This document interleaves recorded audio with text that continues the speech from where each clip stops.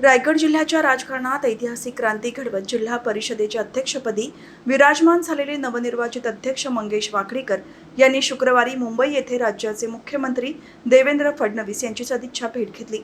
रायगड जिल्हा परिषदेच्या इतिहासात पहिल्यांदाच भारतीय जनता पक्षाचा अध्यक्ष निवडून आल्याबद्दल मुख्यमंत्र्यांनी यावेळी मंगेश वाकडेकर यांचा विशेष सत्कार करून त्यांचे अभिनंदन केले। या दौऱ्यादरम्यान मंगेश वाकडेकर यांनी राज्यातील भाजपच्या अनेक दिग्गज नेत्यांची भेट घेऊन त्यांचे आशीर्वाद घेतले।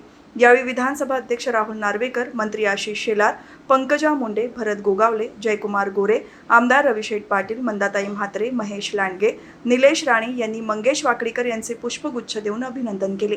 या भेटीदरम्यान भाजपचे महाराष्ट्र प्रदेश चिटणीस तथा आमदार प्रशांत ठाकूर, आमदार महेश पालदी, केळवणे जिल्हा परिषद अध्यक्ष विद्याधर जोशी, पनवेल तालुका सरचिटणीस प्रफुल्ल पाटील, आपटा पंचायत समिती अध्यक्ष संदीप पाटील उपस्थित होते। मुख्यमंत्री देवेंद्र फडणवीस यांनी मंगेश वाकडेकर यांना त्यांच्या भावी वाटचालीस शुभेच्छा देतानाच रायगड जिल्ह्यातील ग्रामीण भागाचा सर्वांगीण विकास, पायाभूत सुविधांचे सक्षमीकरण आणि जनसामान्यांचे प्रलंबित प्रश्न जिल्हा परिषदेच्या माध्यमातून प्रभावीपणे मार्गी लावण्याचे आवाहन केले।